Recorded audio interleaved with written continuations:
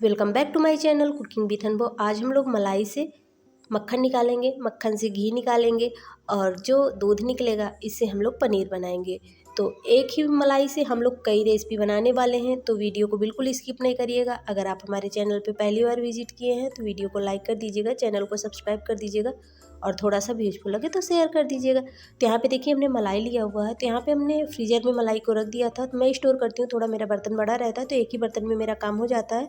तो मैं जल्दी मलाई से जो मक्खन निकालना होता है ना, तो मैं जल्दी से कर लेती हूँ 4 से 5 दिनों के अंदर ही, क्योंकि ज़्यादा हो जाता है तो फिर बड़ा बर्तन इस्तेमाल करना पड़ता है। तो फ्रीजर में कई सारी चीज़ें रखी रहती हैं, तो इसलिए हम लोग एक ही बर्तन में रख लेते हैं, ज़्यादा बर्तन का इस्तेमाल नहीं करते, 3 या 4 बर्तन का इस्तेमाल नहीं करते और जल्दी जल्दी ये प्रोसेस कर लेते हैं हम लोग।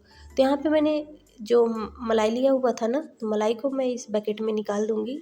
ये स्टील की बाल्टी है, इसी में निकाल लेंगे हम। आप कोई कंटेनर डिब्बा किसी में रख सकते हैं। तो यहाँ पे मैंने इस स्टील के बर्तन का इस्तेमाल किया हुआ है। तो यहाँ पे हम सारी मलाई को ट्रांसफ़र कर लेंगे। तो जैसे बर्तन थोड़ा बड़ा रहता है तो सही रहता है। तो अब चलिए हमने ट्रांसफ़र कर लिया हुआ है। तो यहाँ पे फ्रीजर में मैंने रखा हुआ था, तो मलाई हमारी जमी हुई थी। तो चलिए अब हमें निकालना कैसे है। तो यहाँ पे मैंने इस मशीन का इस्तेमाल किया हुआ है। आप विस्कर से भी कर सकते हैं, या तो जो लकड़ी का हमारे यहाँ मथानी उसको बोलते हैं वो भी आता है, उससे भी आप कर सकते हैं। लेकिन जैसे अब इस टाइम पे तो काम भी ज़्यादा हो जाते हैं और टाइम की भी बचत करने के लिए तो मैंने इस मशीन का इस्तेमाल किया हुआ है। तो जैसे ज़्यादा रहता है मेरा ये मलाई, तो मैं इस मशीन से निकालती हूँ। और ये मशीन आपको लोकल मार्केट में भी, ऑनलाइन भी आप इसको ले सकते हैं, बहुत ही यूज़फुल रहेगा। और वैसे तो आप इसको व्हिस्कर वगैरह से भी कर सकते हैं अगर थोड़ा सा है, लेकिन मेरे पास ज़्यादा रहता है तो मुझे इस मशीन की ज़रूरत पड़ती है, तो इसलिए मैंने इस मशीन को लिया है। बहुत ही अच्छा है, अगर आप इसको लेना चाहते हैं तो ऑनलाइन या ऑफ़लाइन इसको ले सकते हैं। और इससे क्या होता है, हमारा मक्खन जो है ना अच्छे से निकल आता है और बहुत ज़्यादा मक्खन निकलता है। क्योंकि जब हम लोग व्हिस्कर वगैरह से करते हैं ना, तो उससे अच्छे से नहीं हो पाता। अगर ज़्यादा रहता है, थोड़ा सा है तो कोई बात नहीं होती, अगर ज़्यादा रहता है तो थोड़ा दिक्कत होती है। इसलिए मैंने इस मशीन का इस्तेमाल किया है। और यहाँ पे ये इसमें कॉपर का वो भी दिया रहता है मोटर, तो अच्छा रहता है। आप इसको ले सकते हैं, किसी नॉर्मल प्लग या बोर्ड में आप इसको लगा सकते हैं। तो इसलिए मैंने इस मशीन से ही आज निकाला है। वैसे तो हम जो लकड़ी की मथानी होती है उससे भी निकालते हैं। तो आज मैं इस मशीन से ही आपको मक्खन निकाल के दिखाऊंगी।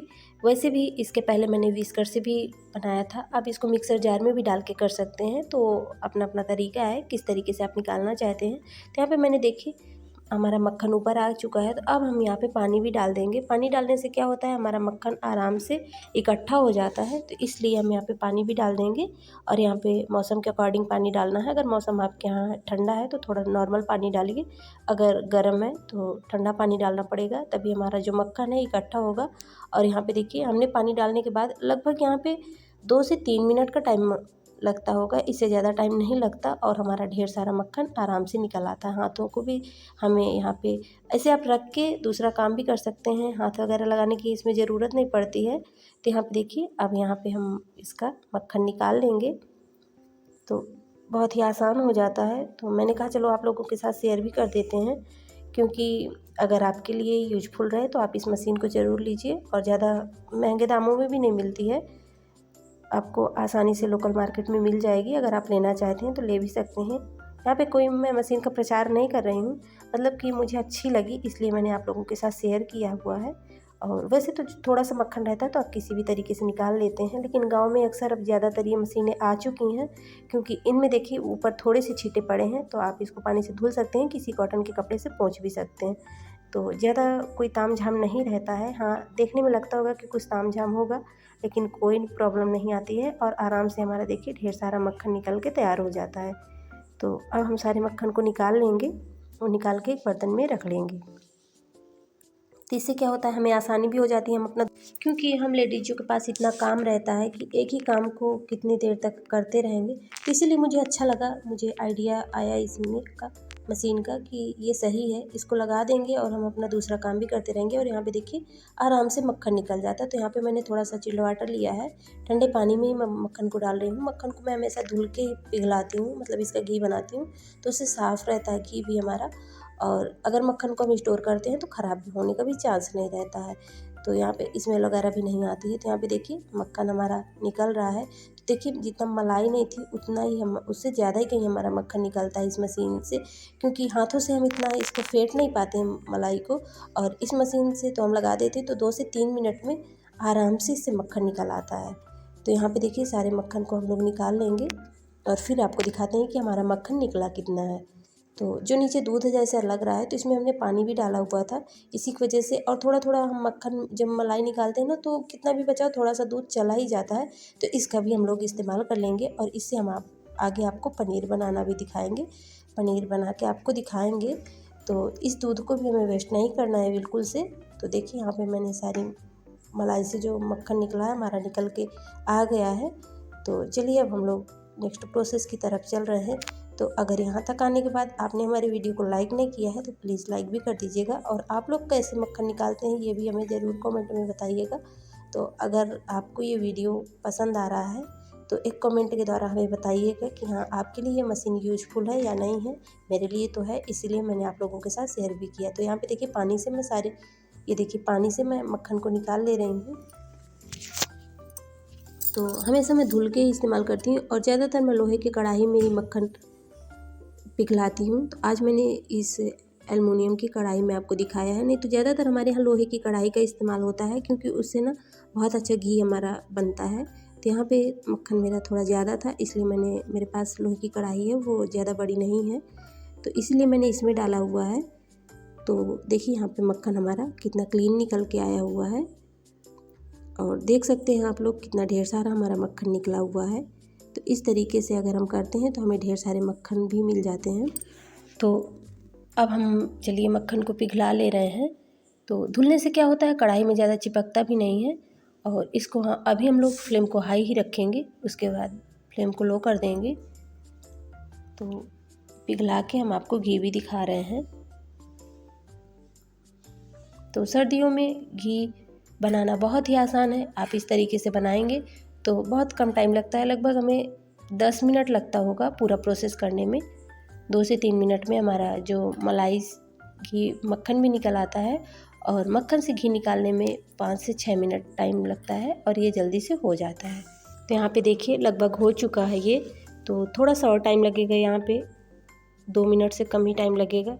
और फ्लेम को हमने यहाँ पे थोड़ा सा और मीडियम में कर दिया है। पहले हमने लो रखा हुआ था, शुरू में हाई फिर लो, अब यहाँ पे हमने मीडियम कर दिया, थोड़ा और बढ़ा दिया है फ्लेम को, क्योंकि इससे क्या होगा अब अच्छे से इसको पकाना है। जितना अच्छे से ये पका रहता है उतने अच्छे से हम इसको स्टोर कर सकते हैं, क्योंकि अगर थोड़ा सा भी ये कच्चा रहता है घी तो हम ज़्यादा दिनों तक रखे रहते हैं तो उसकी खुशबू चेंज हो जाती है। इसलिए हमेशा हम घी को ज़्यादा ही पकाते हैं। जितना अच्छे से पका रहता है तो उतने अच्छे से घी में खुशबू आती है और घी हमारा दानेदार बन के तैयार होता है। तो देखिए अब यहाँ पे बहुत लोग तो इसी कंडीशन में बंद कर देते हैं, लेकिन मैं बहुत अच्छे से घी को पकाती हूँ, क्योंकि ज़्यादा दिनों के लिए रखना होता है, क्योंकि इतना घी हम लोग जल्दी से तो खा नहीं सकते। 8 दिनों के अंदर कौन 1 किलो घी खा लेगा भाई, बहुत ज़्यादा फैमिली होगी तो भी खा सकते हैं, नहीं तो नहीं। तो बहुत खर्च होगा, आधा खर्च होगा, फिर भी आधा घी हमारा बच ही जाता है। तो मैं बड़े से कंटेनर में डाल के रखती हूँ, इकट्ठा करती हूँ। तो इसलिए क्या होता है कि अच्छे से घी को हम लोग पका लेते हैं। पकाने से क्या होता है बहुत अच्छा घी, खुशबू भी आती है, कलर भी अच्छा आता है और घी भी हमारा लंबे टाइम तक स्टोर रहता है और उसमें खुशबू भी अच्छी बरकरार रहती है। तो यहाँ पे देखिए मैंने इसको इतना डार्क होने तक पकाया है और ऐसे ही हम पकाते हैं डार्क होने तक। तो यहाँ पे देखिए अब हम फ्लेम को एकदम से ऑफ कर देंगे और घी हमारा बन के रेडी हो गया है। अब जो हमने जिसे मक्खन निकाला था, मक्खन वाला जो हमारा दूध बचा हुआ है, अब चलिए हम लोग पनीर बनाने की प्रोसेस में चलते हैं। तो यहाँ पे मैंने दूसरा बर्तन ले लिया है, तो यहाँ पे मैंने एक कढ़ाई ले लिया है। अब इसके बाद हम यहाँ पे डाल देंगे जो हमारा दूध बचा हुआ था। तो अब हम इसे पनीर बनाएंगे, तो इसको भी हमें वेस्ट नहीं करना है बिल्कुल से। तो यहाँ पे चलिए अब हम इसको रखेंगे गैस पे। तो यहाँ पे हमने इसको पूरा ट्रांसफ़र कर लिया है कढ़ाई में। तो जब हम मलाई निकालते हैं दूध से तो उसमें थोड़ा थोड़ा दूध भी ऐड करते जाते हैं, ताकि हमारा जो पनीर भी है वो भी रेडी हो जाए। तो अब इसको हम गरम करेंगे, फ्लेम को अभी लो रखेंगे, नहीं तो नीचे से तले में बैठ जाएगा। इसके बाद ही हम फ्लेम को हाई करेंगे। तो हम चलाते रहेंगे क्योंकि अभी गाढ़ा है ये, तो चलाते हुए हम इसको पका लेंगे। और आप इससे पनीर बना सकते हैं। इसे किसी भी नाश्ते में इस पनीर का इस्तेमाल कर सकते हैं, या तो आप पराठा पूड़ी वगैरह बनाते हैं तो उसमें भी आप इसका इस्तेमाल कर सकते हैं। पनीर का पराठा वगैरह बनाते हैं तो उसमें भी आप इसको बना सकते हैं। तो अब हम यहाँ पे डाल देंगे खाने वाला जो सोडा होता है 1 चम्मच। आप यहाँ पे नींबू भी डाल सकते हैं, लेकिन मैंने यहाँ पे खाने वाला सोडा डाला हुआ है। इससे भी हमारी पनीर बहुत अच्छी सॉफ्ट बनेगी। तो यहाँ पे देखिए थोड़ा सा मैंने और डाल दिया है, थोड़ा मुझे कम लग रहा था। तो अगर आपके पास नींबू है तो पूरा 1 नींबू का जूस इसमें डाल दीजिए, या तो आप 1 चम्मच भर के विनेगर डाल दीजिए, कुछ भी डाल सकते हैं जो आपके पास हो। तो यहाँ पे देखिए दूध हमारा अच्छे से फटने लगा है और प्रोसेसिंग चालू हो गई है। अब यहाँ पे पनीर बनने के कगार में ये आ चुका है। तो दूध हमारा अच्छे से फट चुका है। तो हम इसमें जैसे ही बॉयल आता है तो हम फ्लेम को बंद कर देंगे और जो हमारा पनीर बन गया है उसको हम छान लेंगे।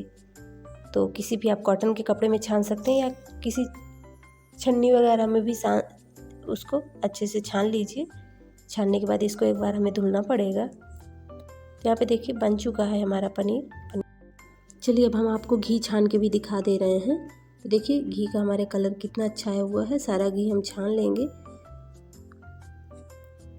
तो छानने के बाद हम आपको घी दिखा रहे हैं, और पनीर भी हमने कपड़े में बांध के रख दिया है। तो अभी हम आपको पनीर भी दिखाएंगे। तो दोनों चीज़ें हमारी बन के तैयार हो गई हैं। तो हमारा घी भी बन गया। तो यहाँ पे मैंने 5 दिन की मलाई से लगभग 7 या 750 ग्राम से ऊपर ही घी निकला है हमारा, क्योंकि ये जो हमारा कटोरा है 1 लीटर से ज़्यादा का है। तो यहाँ पे हमने 5 दिन की मलाई से इतना घी निकाला हुआ है। तो बर्तन बड़ा है इसलिए घी आपको थोड़ा ही समझ में आ रहा होगा, लेकिन आप अगर इस प्रोसेस से करते हैं तो सही है। लेकिन हाँ, ये नहीं है कि जिसके पास मशीन नहीं है तो वो घी नहीं निकाल सकता। हम इसको मिक्सर जार में भी थोड़ा थोड़ा करके निकाल सकते हैं, या तो रई होती है जो लकड़ी की, उससे भी निकालते हैं। विस्कर वगैरह बहुत सारे तरीके हैं हमारे पास। ऐसा नहीं है कि अगर मशीन है तभी हम लोग घी निकाल सकते हैं, तो ऐसा कुछ नहीं है। केवल मैंने ऐसा किया था, मुझे समझ में आया तो मैंने आप लोगों के साथ शेयर किया, क्योंकि मैंने मशीन लिया है। टाइम मेरे पास ज़्यादा नहीं रहता है, घर के सारे काम और कई सारे ऐसे काम होते हैं जो हमें टाइम की भी बचत होती है।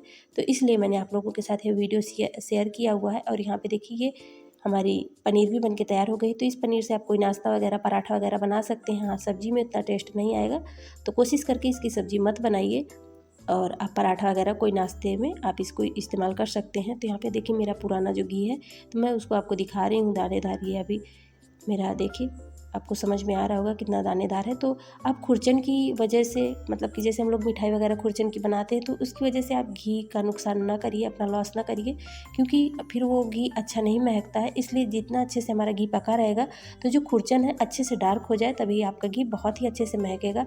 और जब भी आप डिब्बा खोलेंगे तो पूरे घर में उसकी जो खुशबू होती है वो फैल जाती है।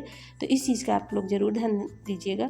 और ऐसे ही हमारे घर में हमारी दादी नानी लोग, मम्मी लोग बनाती हैं, तो हम लोग देखते हैं, तो वही तरीका हम आप लोगों के साथ शेयर किए हुए हैं।